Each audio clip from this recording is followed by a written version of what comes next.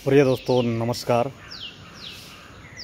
हमारे जीवन को सुखी, सफल, संपन्न बनाने के लिए जीवन में धन की, ध्यान की और धर्म की तीनों की ज़रूरत पड़ती है।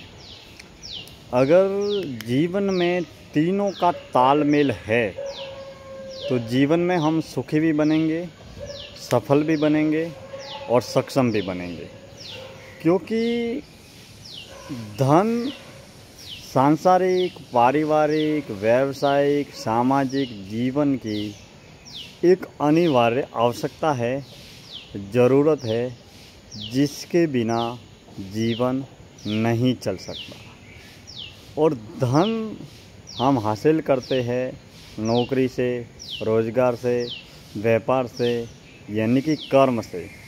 जब हम कर्म करते हैं तो हमें फल प्राप्त होता है और जैसा कर्म करते हैं वैसा फल हमें स्वतः मिलता चला जाता है। तो जीवन में कर्म करना प्रत्येक इंसान का दायित्व है, क्योंकि कर्म हम करेंगे तो हमें फल मिलेगा ही मिलेगा। रही बात जैसा कर्म करेंगे वैसा ही फल मिलेगा। अगर हम अच्छा कर्म करेंगे तो अच्छा फल मिलेगा, अगर हम बुरा कर्म करेंगे तो बुरा फल मिलेगा। यानी कि जीवन में कर्म का होना बेहद आवश्यक है। तो धन जो प्राप्त होगा वो कर्म से ही प्राप्त होगा, और जैसा कर्म होगा उसी के अनुरूप हमें धन प्राप्त होगा। और पारिवारिक, सांसारिक, सामाजिक जीवन की तमाम धन, साधन, वस्तु, पदार्थ जिनकी ज़रूरत है उनकी पूर्ति केवल धन से ही होती है। और धन हमें रोज़गार से, नौकरी से या व्यापार से प्राप्त होता है। तो आर्थिक रूप से सक्षम, संपन्न बनने के लिए और विशेष रूप से जीवन में आंतरिक आध्यात्मिक उन्नति के लिए, आत्मा के आत्म कल्याण के लिए हर साधक को, भक्त को या ईश्वर के उपासक को आर्थिक रूप से सक्षम, संपन्न जरूर बनना चाहिए।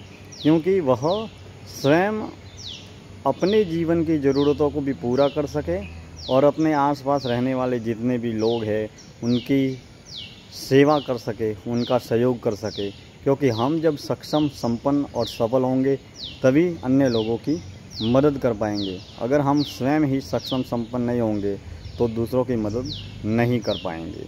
तो मेरे कहने का तात्पर्य ये है कि जीवन में खुद का सक्षम, संपन्न बनना पहली प्राथमिकता होनी चाहिए। धन की अमीरी आपकी जीवन की सबसे बड़ी उपलब्धि है, सबसे बड़ी सफलता भी है, आपके लिए भी है और अन्य लोगों के लिए भी है। क्योंकि धन होगा तो आप अपने जीवन में सुखी भी होंगे, संपन्न भी होंगे, सफल भी होंगे और अन्य लोगों की भी मदद कर पाएंगे। यानी कि धन के बाद आता है ध्यान। अगर आपके पास में पर्याप्त मात्रा में ध्यान है, धन है, तो आपको ध्यान से भी जुड़ना चाहिए। क्योंकि ध्यान आपको जीवन की असलियत को समझाएगा। आपको पदार्थ जो है, जो भी विषय वस्तु पदार्थ है, जीवन की जो ज़रूरत है उनकी अहमियत को समझाएगा कि किस चीज़ की जीवन में कितनी ज़रूरत है। और मानव जन्म, मानव जीवन का लक्ष्य केवल चंद पदार्थों की भीड़ जुटाना ही नहीं है, और अगर कोई भी कर्म करना है तो किस तरीके से करना है। यानी कि जो धन जो है वो देह की और संसार की ज़रूरत है, और जो ध्यान जो है, ध्यान हमारी चेतना शक्ति की ज़रूरत है, हमारी प्राण ऊर्जा की ज़रूरत है, हमारी आत्मा की ज़रूरत है और आत्मा के आत्म कल्याण के लिए इसकी ज़रूरत है। यानी कि जो कर्म जब हम करते हैं तो उसके ज़रिए हमें कुछ न कुछ मिलता है, प्राप्त होता है। लेकिन जो ध्यान करते हैं तो ध्यान के ज़रिए हमें ऐसा कुछ भी पदार्थ के रूप में प्राप्त नहीं होता है। जैसे मान लीजिए हम कोई भी कार्य करते हैं तो हमें कुछ न कुछ प्राप्त होता है, धन मिलता है, पैसा मिलता है, तो वो पदार्थवादी जगत है जो कर्म के ज़रिए प्राप्त होता है। लेकिन ध्यान के ज़रिए हमें केवल आत्मा का सुख मिलता है, आत्मा का आनंद मिलता है और हमारी आत्मा की उन्नति होती है, जो पूर्ण रूप से सूक्ष्म रूप से होती है। यानी कि हमारी देह अगर बढ़ती है, घटती है, बचपन होता है तो बचपन में हम छोटे होते हैं, जवानी में बड़े हो जाते हैं, बुढ़ापे में बुजुर्ग हो जाते हैं, रोगी हो जाते हैं, कमज़ोर हो जाते हैं।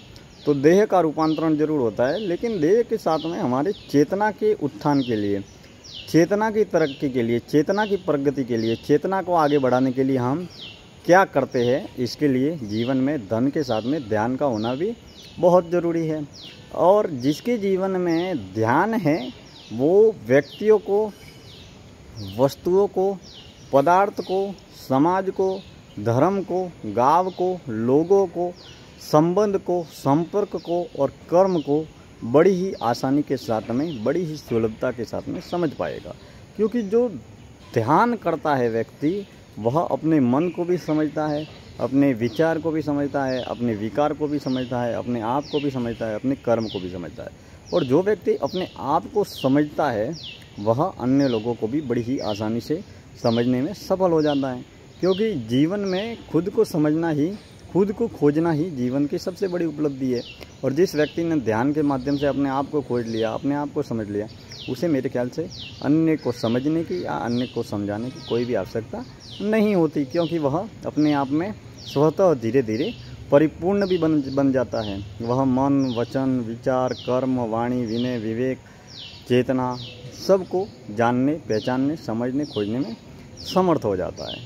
अब धन भी जरूरी है, ध्यान भी जरूरी है। और धन और ध्यान के साथ में हमारे जीवन में पारिवारिक जीवन, सामाजिक जीवन, सूक्ष्म जीवन यानी कि चेतना तल का जीवन और स्थूल जीवन यानी कि देह तल का जीवन, दोनों के लिए धर्म का होना भी जरूरी है। क्योंकि हम सामाजिक, पारिवारिक, व्यावसायिक जीवन में रहते हैं और इस जीवन में जीवन को जीने के लिए, जीवन को आगे बढ़ाने के लिए, जीवन को सुखी, सफल, संपन्न बनने के लिए भक्ति का भी होना जरूरी है, शक्ति का भी होना जरूरी है, संस्कृति का भी होना जरूरी है। तो धन के साथ में, ध्यान के साथ में धर्म का होना भी बेहद ज़रूरी है।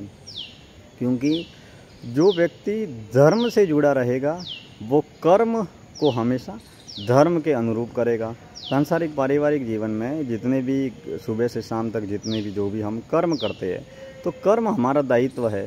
क्योंकि बिना कर्म किए अगर हम 24 घंटे भगवान की माला जपने लग जाए और या 24 घंटे हम भगवान की भक्ति ही करें तो हम सफल नहीं हो सकते। क्योंकि कर्म जीवन का आधार है, कर्म जीवन की ज़रूरत है।